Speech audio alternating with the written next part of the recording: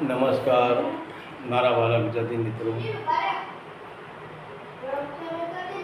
જાગો જોગી જાગો ચેનલમાં આપનું સ્વાગત છે. તો આજે આપણે વાત કરીશું ગુરુને આપણે સૂર્ય સાથે કેમ ના સરખાવ્યા અને ગુરુને પૂનમના ચાંદ સાથે કેમ સરખાવ્યા. તો સૂર્ય પોતે સ્વયં પ્રકાશિત હોય છે અને જ્યારે સૂર્ય ઉગે છે ત્યારે આખા જગતમાં પ્રકાશ ફેલાઈ જાય છે. તો એમ છતાં આપણે ગુરુજીને સૂર્ય સમાન નથી કહેતા. તો આનું કંઈક રહસ્ય તો પડ્યું જશે નહીં. ગુરુજીને આપણે સૂર્ય સમાન કેમ નથી કહેતા? સૂર્ય સ્વયં તેજસ્વી છે, પણ આપણે ગુરુને પૂર્ણિમાનો ચાંદ કહીએ છીએ અને એમાં પણ અષાઢી પૂનમનો ચાંદ. તો એવું અષાઢી પૂનમનો ચાંદ કેમ? બીજા મહિના કારતક, માગસર, પોષ, માઘ, ફાગણ, ચૈત્ર, વૈશાખ, જેઠ, આ બધા જ મહિના આપણે 12 મહિનાનું આવે છે આપણું પંચાંગ. તો એમે આપણે અષાઢ મહિનો જ કેમ લીધો? અને અષાઢ મહિનાની પૂર્ણિમાને આપણે ગુરુ પૂર્ણિમા કેમ કહીએ છીએ? તો અષાઢી પૂનમના ચાંદનું એટલું બધું શું રહસ્ય ભરેલું છે? એનામાં શું શક્તિ છે જે આપણા ઋષિ મુનિએ કર્યું? એ ઋષિ મુનિઓએ જે કર્યું છે એ બહુ સમજી વિચારીને જ આ પગલું ભર્યું છે. ત્યારે કહેવાય છે કે હવે માની લો કે સૂર્ય એ સ્વયં પ્રકાશિત છે, પરંતુ ચાંદ સ્વયં પ્રકાશિત નથી. ચાંદ ઉપર સૂર્યનો પ્રકાશ ચંદ્ર ઉપર પડે છે અને ચંદ્રનો પ્રકાશ પછી પૃથ્વી ઉપર પડે છે. ત્યારે આપણે જોઈએ કે આકાશમાં જ્યારે અષાઢ મહિનો આવે ત્યારે સૂર્યનો પ્રકાશ ચાંદ ચંદ્ર ઉપર પડશે ત્યારે ચંદ્ર સંપૂર્ણપણે પૂર્ણ હોય છે. બીજા નંબર તમે જુઓ કે જે ચંદ્રનો પ્રકાશ છે એ શીતળ છે, એ ઠંડો છે. અને તમે સૂર્યનો પ્રકાશ જુઓ, સૂર્યના પ્રકાશને સંતોએ ગુરુની ઉપમા કેમ ના આપી? એનું મુખ્ય કારણ કે સૂર્ય સ્વયં પ્રકાશિત છે, પરંતુ એનો પ્રકાશ શરીરને બાળવા વાળો છે. એના પ્રકાશમાં અગ્નિ જળ હળી રહી છે. અને તમે જુઓ જ્યારે સૂર્યનું તાપમાન વધે ને ત્યારે તમે ક્યાંય રહી શકતા નથી. મનુષ્ય તો રહી શકતો નથી, પણ પશુ, પ્રાણી, પંખી પણ કંઈ રહી શકતો નથી. એ પણ ઝાડની ઓથમાં સંતાઈ જાય છે. અને એ પ્રકાશના, સૂર્યના પ્રકાશના ભયના કારણે કોઈ બહાર નીકળતું નથી. તો સૂર્યનો પ્રકાશ આપણને ભયમાં નાખે છે, આપણને અંધકારમાં લઈ જાય છે, એટલે કે આપણને ઘરમાં લઈ જાય છે. અને ચંદ્રનો પ્રકાશ એ આપણે અંધકારમાંથી આપણને બહાર કાઢે છે અને એ આપણને શીતળતા આપે છે, એ આપણને ઠંડક આપે છે, એ આપણને શીત જ્યોતિ એટલે કે ઠંડી જ્યોતિ. હવે વિચાર કરો કે એટલે જ સદગુરુશ્રીએ પણ આપણને ઠંડી જ્યોતિ આપે છે. અને જે પરમાત્માની જે અખંડ જ્યોત જળી રહી છે આપણા અંદર, એ પણ જ્યોતિ ઠંડી છે. એ સૂર્ય કરતાં હજારો ગણી પ્રકાશિત છે, પણ એમ છતાં એ જ્યોતિ ઠંડી છે. એટલે જ આપણે ચંદ્રને ગુરુનો આપણે આપીએ છીએ. બીજું, ગુરુ પૂર્ણિમા એટલે કે જે ચંદ્ર, અને તમે જુઓ જે ચંદ્રની આજુબાજુમાં જેટલા પણ વાદળો, કેટલા અસંખ્ય વાદળો હોય છે. તમે વાદળો જુઓ, વાદળો કેવા હોય છે? વાદળો કાળા હોય છે, વાદળો ભરેલા હોય છે, વાદળો ખાલી હોતા નથી. તો હવે એ જે ગુરુજીને આપણે પૂનમનો ચાંદ કહીએ છીએ, એની આજુબાજુ જે શિષ્ય છે, એમના જે સેવકો છે, એ બધા સેવકો વાદળો જેવા છે અને ભરેલા છે. પણ શેનાથી ભરેલા છે? જેમ વાદળો પાણીથી ભરેલા છે, એમ આ સેવકો બધો વિષય, વાસના, કામ, ક્રોધ, મદ, મોહ, લોભ, અહંકાર, રાગ, દ્વેષ, અત્યાચાર, ભ્રષ્ટાચાર, દ્વૈતપણું, આ બધા જ વિકારોથી સેવકો રૂપી વાદળ ભરેલા છે, અને એ ચાંદ એનો પ્રકાશ પછી વાદળોને આપે છે. તો એમ ગુરુ પોતે આ જે વાદળ રૂપી સેવકો છે, જેના અંદર અંધકાર ભરેલો છે, જેના અંદર વિષય વાસના ભરેલી છે, જેના અંદર મોહ ભરેલો છે, તો દરેક શિષ્ય એ વાદળ જે સમાન છે અને એની અંદર વાસના ભરેલી છે. અને એવા જ વાદળ જેવા શિષ્યની અંદર ગુરુ પોતે પોતાની રોશની પ્રગટ કરી દે છે. કારણ કે એટલે જ ગુરુ નિરઅહંકારી હોય છે. તમે જુઓ, ગુરુનો એક જ હોય છે કે મેરા મુझ में कुछ नहीं, जो कुछ है वो तेरा, तेरा तुझको सौंप दूं तो कहाँ लगत है मोरा. કારણ કે ગુરુ પોતે એક શરીરધારી હોય છે, અને શરીર વગરના ગુરુ તમે કરી શું શકો? માની લો કે તમે ભેંસને જ્ઞાન થઈ ગયું, તો ભેંસની બોલીને તમારી બોલી જુદી છે, ગાયની બોલીને તમારી બોલી જુદી છે, બકરીની બોલીને તમારી બોલી જુદી છે. તો એને તમે કેવી સમજી શકવાના છો? એટલે મનુષ્યને મનુષ્ય બનાવવા માટે એક મનુષ્યની જરૂર પડે છે, કે જેને આપણે ગુરુ ધારણ કરીએ છીએ, અને એ ગુરુ કે જેના અંદર સત્યની જ્યોત પ્રગટી રહી છે. મનુષ્ય તો અનંત છે, પણ કહેવાનો મતલબ છે કે આજે આપણે વિચાર કરીએ કે ભલે આપણે મનુષ્ય આ શરીર એક કોડિયું જ છે. હવે આ કોડિયાની અંદર તમે જુઓ, કોઈ માટીનું કોડિયું હોય, કોઈ લાકડાનું કોડિયું હોય, કોઈ લોખંડનું કોડિયું હોય, કોઈ સ્ટીલનું કોડિયું હોય, કોઈ પ્લાસ્ટિકનું કોડિયું હોય, કોઈ ત્રાંબાનું હોય, કોઈ પિત્તળનું હોય, કોઈ વળી સોનાનું હોય, કોઈ હીરે મઢેલું કોડિયું હોય. ગમે તે પ્રકારના કોડિયાના અનંત હોય છે. કોડિયા એટલે કે આ શરીર, દરેક પ્રકારના કોડિયા અનંત હોય છે. કોઈ હિન્દુ, મુસ્લિમ, શીખ, ઈસાઈ, જૈન, ક્રિશ્ચિયન, લામા, અનંત પ્રકારના કોડિયા હોય છે. અને હિન્દુમાં તમે જુઓ, બ્રાહ્મણ, ક્ષત્રિય, વૈશ્ય અને શૂદ્ર, કેટલી જાતના કોડિયા છે. આ બધા કોડિયા જ છે. પણ કહેવાનો મતલબ છે કે આ બધા કરોડો કોડિયા આપણી સામે પડ્યા છે, પણ કરોડો કોડિયાની અંદર શણગારેલા કોડિયા ઢગલે ઢગલા પડ્યા છે. અત્યારે તો શણગારેલા કોડિયાને આજે લોકો મોહી ગયા છે, અને ભલે કોડિયાની અંદર જ્યોત ચાલુ નથી, પણ લોકો શણગારેલા કોડિયાની પાછળ જ દોડી રહ્યા છે આજે તો. કે એનો વીઆઈપી આશ્રમ છે, એની વીઆઈપી ગાદી છે, વીઆઈપી એની બેઠક છે, વીઆઈપી એનું સ્થાન છે. એ વીઆઈપી પણામાં લોકો આજે ફસાઈ ગયા છે, મોટા પણામાં જ ફસાઈ ગયા છે. તમે એક તમારા મનથી વિચાર કરી લો, તમારી જોડે ₹1 સિક્કો, એ સિક્કો સાચો જ છે. એ સિક્કા પર આડંબરવાળો કોઈ સિક્કો નથી. અને એ સિક્કો, તમારો સિક્કો ખોવાઈ જાય અને ધરતીમાં પડે, તો એ સિક્કો આ ચોમાસામાં ખોવાઈ ગયો તો 12 મહિના એ સિક્કો ધરતીમાં રહ્યો, અને આવતા ચોમાસે એ સિક્કો તમને મળી ગયો. તો હવે આવતા ચોમાસે એ સિક્કો તમને મળી ગયો, પણ તમે એ સિક્કાને થોડી માટી એને લઈને આમ ઘસી નાખશો તો પૂરેપૂરો સિક્કો ચોખ્ખો તો થવાનો જ નથી. પરંતુ એના ઉપર જે કાટ લાગેલો તો 12 મહિના એ ધરતીમાં દબાઈ રહ્યો, એનો કાટ લાગેલો તો થોડો ઘણો કાટ નીકળી જશે અને સિક્કો થોડો ચોખ્ખો થઈ જશે. પણ તમે એ સિક્કો ભલે કાટવાળો તો કાટવાળો, સાદો તો સાદો, આડંબર વિનાનો સિક્કો કહેવાય એને.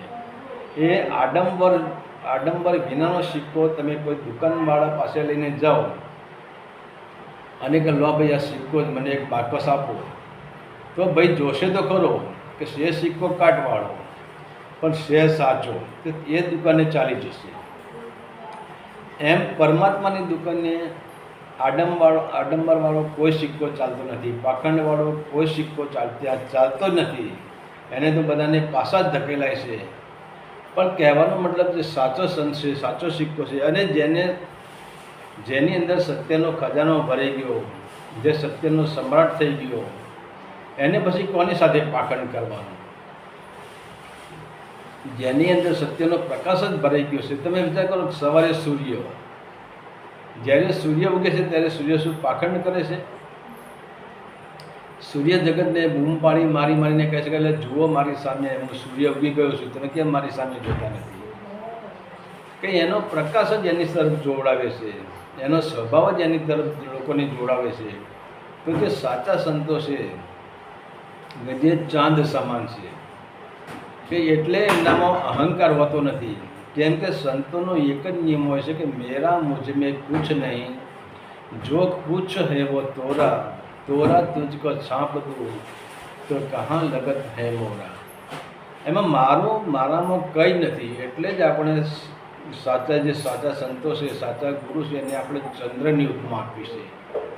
કારણ કે ચંદ્ર સ્વયં પ્રકાશિત હોતો નથી, ચંદ્રને પોતાની ઉર્જા હોતી નથી.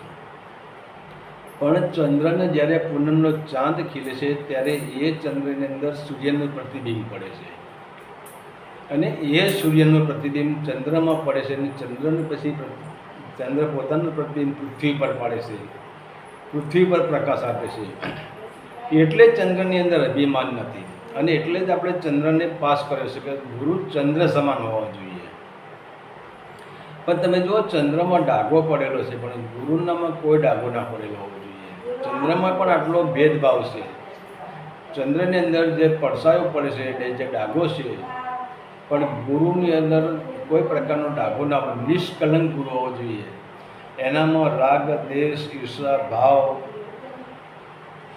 કંઈ જ ના હોવું જોઈએ, દ્વૈત ભાવ કંઈ જ ના હોવું જોઈએ. જેમ આપણે જોઈએ કે ગંગાની અંદર કોઈ પણ માણસ સ્નાન કરી શકે છે, ભલે એ અમીર હોય, ગરીબ હોય, પાખંડી હોય, લુચ્ચો હોય, લફંગો હોય, નાલાયક હોય, બદમાશ હોય, ગુંડો હોય, કે મવાલી હોય, કે ભીખ માગીને ખાવાવાળો કોઈ પણ પ્રકારનો માણસ હોય, તો એ ગંગામાં ડૂબકી મારી શકે છે. તે ગંગાનો સ્વભાવ છે દરેકનો સ્વાગત કરવું, દરેકને પ્રેમથી રાખવા. ગંગાની પાસે એકતા છે, ગંગાની પાસે દ્વૈત ભાવ નથી, બેપણું નથી. આવો પ્રેમથી આવો અને ડૂબકી મારી લો. એમ સાધુ પણ સરળ સ્વભાવનો હશે. સાધુને એટલે આપણે સદગુરુને ગંગારૂપી કહીએ છીએ. કારણ કે સદગુરુની ગંગામાં તમે જો ડૂબકી મારી લ્યો ને, અને સદગુરુનો સ્વભાવ એવો જ હોય છે કે એ ગંગામાં કોઈ પણ એમને ડૂબકી મારીને પવિત્ર થઈ શકે છે. અને એટલે જ આપણે સાધુને સરળ સ્વભાવના કહીએ છીએ, સદગુરુને સરળ સ્વભાવના કહીએ છીએ. અને નિરઅહંકારી, નિર્કામી, નિર્ક્રોધી, એનામાં કોઈ ક્રોધ નહીં, કોઈ ભાવના નહીં. અને વિચાર કરો કે જે સંતો છે ને, જે ચંદ્ર સમાના જે સંતો છે, એમનો તો એક જ દેશ છે, એમનું જીવન એક હોય છે. માની લો કે આપણે એક વિચાર કરીએ કે આધી વ્યાધિ આજે એક ઘર હશે, અને એક ઘરની અંદર અગ્નિ બળી રહી છે, અને એ અગ્નિમાં પોતાના બાળકો શેકાઈ રહ્યા છે, તો માને દુઃખ થાય છે કે ગમે તે કરીને હું મારા બાળકોને આ ઘરમાંથી બહાર કાઢીને બચાવી લઉં અને એમને શાંતિ આપું. પરંતુ બાળકો, જો મા બાળકોને ઘરમાંથી એ બળતી અગ્નિમાંથી મા જ બાળકોને લેવા બહાર આવે, પણ જો બાળકો જ માનો હાથ ન પકડે તો માનો એમાં કોઈ દોષ નથી. એમાં સંત સ્વરૂપ જેને આપણે જે ચંદ્ર સમાન, જે આપણે સદગુરુને ચંદ્ર સમાન કીધા છે, શીતલ કીધા છે, એ માનું રૂપ છે. અને એટલા માટે જ પરમાત્માએ સ્ત્રીની એટલે કે માની મૂર્તિ બનાવી. કારણ કે પરમાત્માએ વિચાર કર્યો કે હું આખા જગતને પ્રેમ નહીં આપી શકું, તો મા પ્રેમ આપશે. અને બીજા નંબરે એ જ પ્રેમ પરમાત્માએ સાધુના અંદર નાખ્યો છે. અને એટલે સાધુ આ સંસારરૂપી ઘર ઉપર નજર નાખે છે, ત્યારે એમને ખબર પડે છે કે આ સંસારરૂપી ઘરમાં આદિ વ્યાધિની ઉપાધિની અગ્નિ બળી રહી છે, અને એમાં મા બાળકો એમાં શેકાઈ રહ્યા છે, એમાં મરી રહ્યા છે, એમાં તરફડી રહ્યા છે. તો એને બહાર ખેંચવાનો પ્રયાસ કરે છે, એના કલ્યાણ માટે. મારા બાળકને હું શાંતિ આપું. પણ તેમ છતાં આપણે જોઈએ કે જે સાચો સંત છે, સાચો સાધુ છે, એ આપણને બહાર ખેંચવાની કોશિશ કરે છે, તો એ સામાન્ય હોય છે. એટલે આપણે સામાન્ય માણસ તો આપણને ગમતો જ નથી, તો આપણે એનો હાથ પકડતા નથી. અને જે પાખંડી છે, જે આડંબરવાળો છે, કે જે આપણને એ અગ્નિમાં નાખવા જ માગે છે, એ અગ્નિમાં બાળવા જ માગે છે, એમાંથી બહાર નીકળવાની એની ઈચ્છા જ નથી, બાળ કાઢવાની, તો એની પાસે આડંબર છે, એની પાસે ભવ્યતા છે, એની પાસે સુંદરતા છે, મોટા મોટા આશ્રમ છે, મોટી ગાડીઓ છે, મોટા મોટા માણસો એની પાસે આવતા હોય છે, એના પગમાં લાખો માણસો ઝૂકતા હોય છે. અને પેલો બિચારો જેને જગત ઉપર જેની નજર છે, જગતના કલ્યાણ માટે જેને જીવન હોમી દીધું છે, એ બિચારો જંગલમાં એકલો જ પડી રહેતો, એની પાસે કોઈ આવતું નથી. તો કહેવાનો મતલબ છે કે જે આપણે સદગુરુને આપણે ચંદ્રની ઉપમા આપી, તો સદગુરુ જ્યારે એનું શરીર હોય છે, એના શરીરના અંદર જ્યારે પરમાત્માની રોશની, સદગુરુ સ્વયં પ્રકાશિત હોતા નથી. પરમાત્માની જેમ સૂર્યની રોશની ચંદ્ર પર ઉતરે છે અને ચંદ્ર પોતે પ્રકાશ પૃથ્વી પર ફેલાય છે, અને એ પણ શીતળતા, ગરમી નહીં. તો એવી રીતે પરમાત્મા રૂપી જે સૂર્ય છે, અનંતો સૂર્ય, એ પરમાત્મા રૂપી 1000 સૂર્ય છે, જેને આપણે સહસ્ત્રદળ કમલ કહીએ છીએ, એની રોશની ચંદ્રરૂપી ગુરુમાં ઉતરે છે. અને એ જ જ્ઞાન, એ જ રોશની ગુરુ પોતાના શિષ્યોને, એટલે કે વાદળ જેવા પોતાના શિષ્ય હોય, જે વિષય વાસનાથી ભરેલા હોય, કામક્રોધથી ભરેલા હોય, મોહથી ભરેલા હોય, લોભથી ભરેલા હોય, આવા શિષ્યને પછી એ જ રોશની દ્વારા એમના અંદર, એમના હૃદય કમળમાં, એમના નાભી કમળમાં, એમના મન ઉપર ગુરુ એક એવી રોશની પાથરે છે કે એમના મનમાં, એમના હૃદયમાં, એમની નાભીમાં જે કાળાશ પડી હોય, જે વિષય વાસનાના આવરણો પડ્યા હોય, એ આવરણો ગુરુ પોતે હટાવી દે છે. અને એ પણ નિસ્વાર્થ. કેમ કે ગુરુથી કહે છે કે ધન ગુરુ દેવા, ધન ગુરુ દાતા, મારા ગુરુજીએ શબ્દ સુનાવ્યો. તો ગુરુથી મોટો આ જગતમાં કોઈ દાતા નથી. ગુરુ એ જ દાતા છે. કારણ કે બીજા બધા ભીખ મંગા છે, અને જેની પાસે અઢળક સંપત્તિ ન હોય એ તમને દાન ક્યાંથી કરી શકે. અને ગુરુ તો સમ્રાટ છે, ગુરુ તો મહાસંપત્તિનો દાતા છે, મહાસંપત્તિનો માલિક છે. અને એને તો જેમ આપો એમ એની પાસે સંપત્તિ વધતી જાય છે. તો એવા મહાન સમ્રાટ જે સદગુરુ છે, એને જ આપણે ચંદ્રની બિરુદ આપીએ છીએ. તો આવા જે ચંદ્ર સમાન સદગુરુ છે, હવે આજે તો કહેતો આપણને એમ લાગે છે, પણ આ કળિયુગની અંદર ચંદ્ર સમાન સદગુરુ મળવા બહુ જ મુશ્કેલ થઈ ગયા છે. પહેલી વાત તો એ છે કે ચંદ્ર સમાન જે ગુરુ જો તમને મળી જાય, તમારા ભાગ્યમાં હોય ને તમને મળી જાય, પણ પહેલી વાત તમે એ સદગુરુને ઓળખી જ ના શકો. કે તમારી દ્રષ્ટિએ ઓળખવામાં પડી જ નથી. તમારી ઉપર હજુ વિષય વાસનાના ચશ્મા ચડ્યા છે, તમને સત્યની પ્યાસ નથી. તો આવા ગુરુ એક દિવસ નહીં પણ 3 વર્ષ સુધી તમારી પાસે રહે ને, તો પણ એ ગુરુજીને તમે ન ઓળખી શકો. એને તમે સાદો માણસ જ સમજી શકો, એને સામાન્ય માણસ જ સમજી શકો, અને એના ચરણોમાં ના પડો. અને જો એ ચંદ્ર સમાન સદગુરુ તમારા સાનિધ્યમાં આવે ને તમારા ભાગ્યમાં તમે એને ઓળખી લ્યો, તો તમારા અંદર એ પૂરેપૂરી શીતળતા ભરી દે. એવા મારા શિવગુરુને નમસ્કાર. હરિ ઓમ તત્સત. આદેશના પ્રણામ.